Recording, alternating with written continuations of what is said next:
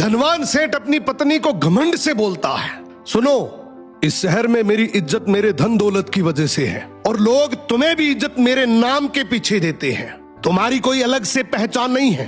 पत्नी बोली, सुनो सेठ जी, घर की लक्ष्मी अगर चाहे तो 1 सेकंड में घर की इज्जत मिट्टी में मिला सकती है और चाहे तो आसमान तक पहुंचा सकती है। आपकी इज्जत मेरे हाथों में है। सेठ हंसकर बोला, तो फिर मौका आने पर दिखा देना। अब शाम को सेठ के घर एक महफिल जमी।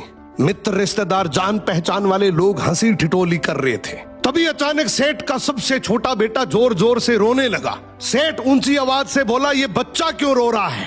पत्नी बोली, आपका बेटा बार बार खिचड़ी मांग रहा है, जबकि अभी थोड़ी देर पहले इसने भर पेट खाया है। घर में बाकी लोगों का भी तो सोचना है, सब कुछ इसे ही कैसे दे दूं?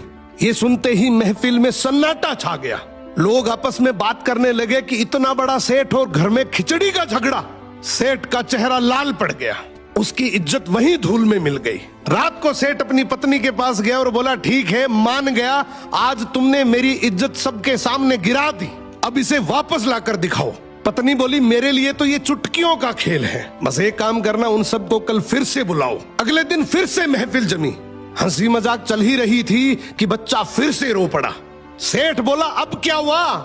पत्नी बोली, फिर वही खिचड़ी की जिद। इस बार सेठ मुस्कुराकर